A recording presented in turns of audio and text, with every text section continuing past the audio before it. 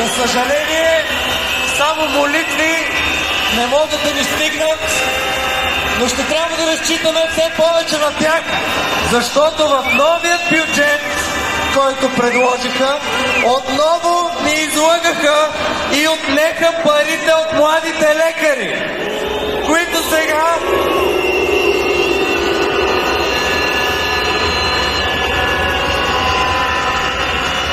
сега ще поканя на сцената Даниел, Василена и техни колеги.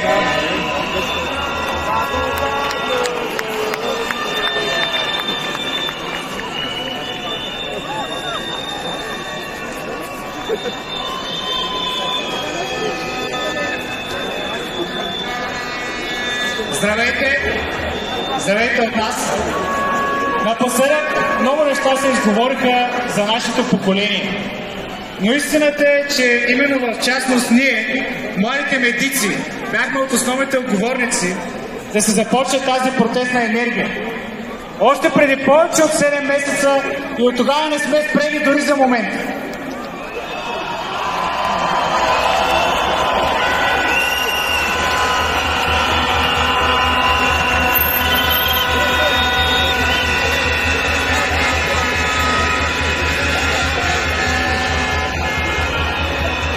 Но защо го правим? Аз лично, а и всеки един от нашата организация, чуваме все по-често наши колеги, наши приятели да изричат следните думи. Аз заминавам за чужбина, защото за мен тук място няма. И го казват не само, защото ако останат тук, биха получили едно унизително заплащане, с което ще се чудят как да оцелят на края на месеца. А заради множеството порочности, които са пропили нашата здравна система, от която всички ние страдаме.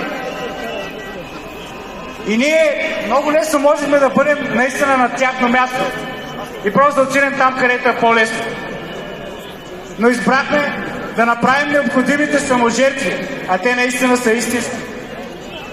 И да се подсигурим, да постигнем такава реформа, да премахнем тези порочности и повече да не се налага да чуваме как наши млади колеги, как бъдещето на нацията изрича подобни думи, заминавайки навън.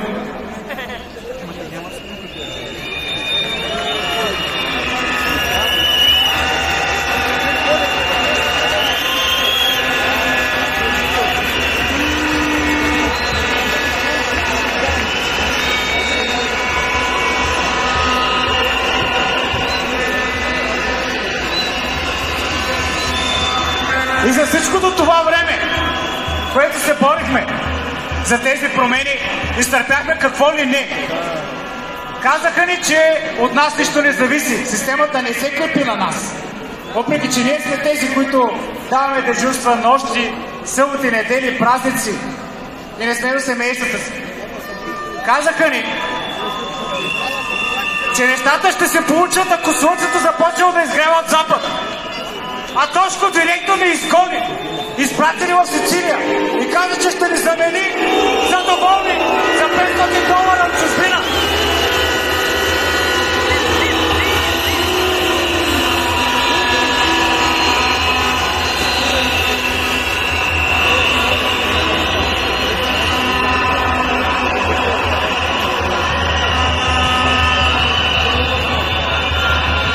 И за всичкото това време ни размотаваха и отказаха да направят нещо. Само в края, когато вече се притиснаха до стената и видяха, че няма на къде да отидат, пробваха обаче да ни хвърлят едни лъжливи половинчати решения, колкото да свалят напрежението от тях и да се отложи всичко. Включително докато приемат закони за секунди или пък правят промени в наредбата, която е за признаване на чуждестранни дипломи, отговаряйки директно на апела на Тошко да изгони младите и да ни замести с някакви съмнителни кадри отвън.